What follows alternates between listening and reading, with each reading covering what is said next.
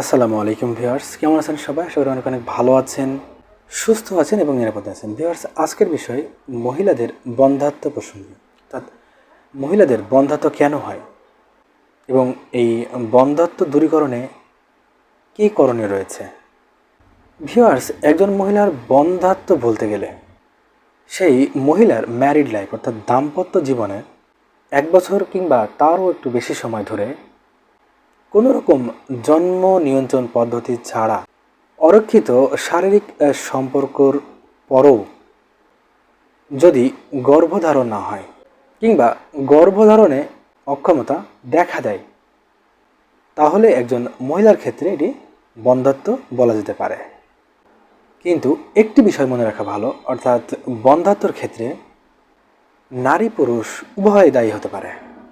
অর্থাৎ দাম্পত্য জীবনে একজন স্বামী স্ত্রীর ভিতরে উভয়ই কিন্তু দায়ী হতে পারে, উভয়ই কিন্তু দায়ী হতে পারে।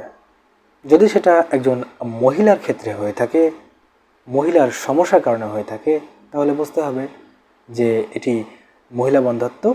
অপরদিকে যদি পুরুষের কোনো সমস্যার কারণে, রোগ ব্যাধির কারণে যদি হয়ে থাকে, তাহলে বুঝতে হবে সেটি পুরুষ বন্ধ্যাত্ব। একজন নারী গর্ভবতী না হওয়ার পিছনে তিনিও দায়ী হতে পারেন এবং তার স্বামীও দায়ী হতে পারেন।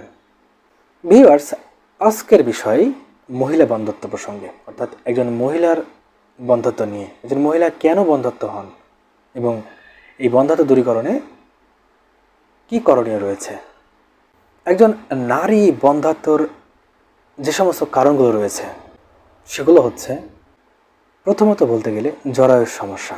অর্থাৎ একজন মহিলা যদি জরায়ুর কোনো সমস্যা হয়ে থাকে, তাহলে তার বন্ধ্যাত্ব দেখাতে পারে। এবং জরায়ুর কী কী সমস্যা হতে পারে সেগুলোর ভিতরে বলতে গেলে, জরায়ুতে কোনো পলিপ হওয়া, জরায়ুতে ফাইব্রয়েড টিউমার হওয়া এবং জরায়ুতে ডিম্বস্ফোটনজনিত কোনো সমস্যা দেখা দিলে একজন মহিলা বন্ধ্যাত্বর শিকার হতে পারেন, যদি তিনি সময় মতো চিকিৎসা গ্রহণ না করে থাকেন।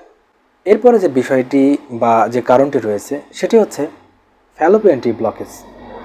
অর্থাৎ কোনো মহিলার যদি ফ্যালোপিয়ান টিউব ব্লকেজ হয়ে থাকে, ব্লক থাকে, তাহলে কিন্তু তার সন্তান ধারণে বাধা হতে পারে, সন্তান ধারণে বাধাপ্রাপ্ত হতে পারে, অর্থাৎ তিনি বন্ধ্যাত্বর শিকার হতে পারেন। এছাড়াও পেলভিক ইনফ্লেমেটরি ডিজিজ, এন্ডোমেট্রিওসিস, যা পরবর্তীতে ফ্যালোপিয়ান টিউব ব্লকেজ করে ফেলতে পারে বা এর কারণে ফ্যালোপিয়ান টিউব ব্লকেজ হতে পারে। এরপর রয়েছে হরমোন জনিত কিছু সমস্যা। অর্থাৎ একজন মহিলার হরমোনের ভারসাম্যহীনতার কারণেও তিনি বন্ধ্যাত্বের শিকার হতে পারেন। এছাড়াও থাইরয়েডের সমস্যা অনেকে ভুগে থাকেন। অনেক মহিলা থাইরয়েডের সমস্যা ভুগে থাকার কারণেও, থাইরয়েডের কোনো রোগ হওয়ার কারণেও তার বন্ধ্যাত্ব দেখা দিতে পারে। একজন মহিলা গর্ভধারণে বাধাপ্রাপ্ত হতে পারে, মহিলার গর্ভধারণে অক্ষমতা দেখা দিতে পারে। এছাড়াও মানসিক চাপ বয়সজনিত একটি ব্যাপার, অস্বাভাবিক ঋতুচক্র বা অনিয়মিত মাসিকের সমস্যা, এর সাথে মানসিক চাপ তো রয়েছে। ভিউয়ার্স, কিছু অটো ইমিউন ডিজিজ রয়েছে। এই অটো ইমিউন ডিজিজ যদি কোনো মহিলার হয়ে থাকে, তাহলে কিন্তু তার অনেক সমস্যা দেখা দিতে পারে এবং এই সমস্যার ভিতরে তার বন্ধ্যাত্বর একটি সমস্যা কিন্তু তার হতে পারে। কারো যদি অতীতে, অর্থাৎ কোনো মহিলার যদি অতীতে একটোপিক গর্ভাবস্থা হয়ে থাকে, তাহলে কিন্তু তার এই সমস্যার কারণেও তিনি গর্ভধারণে অক্ষমতা দেখা দিতে পারে, তিনি গর্ভবতী হতে নাও পারেন। এছাড়াও ধূমপানজনিত একটি কারণ রয়েছে, অ্যালকোহল সেবনের একটি কারণ রয়েছে। এই সমস্ত কারণেও একজন নারী বন্ধ্যাত্ব হতে পারেন, একজন মহিলা বন্ধ্যাত্বর শিকার হতে পারে। এছাড়াও আরও অন্যান্য কারণ থাকতে পারে, একজন মহিলা অনেক কারণেই বন্ধ্যাত্ব হতে পারেন।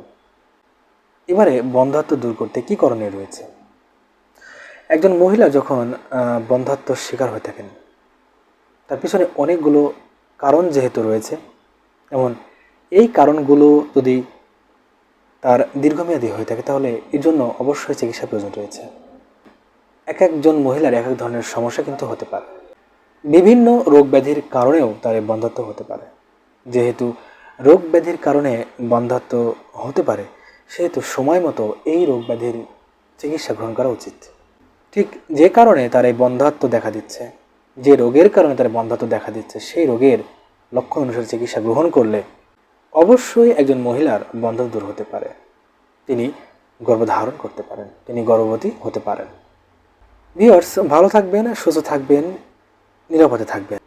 আয়ান হোমিও ক্লিনিক এই চ্যানেলটির সাথেই থাকবেন এবং চ্যানেলটিকে অবশ্যই সাবস্ক্রাইব করে রাখবেন। দেখা হবে অন্য কোনো নতুন একটি ভিডিওতে।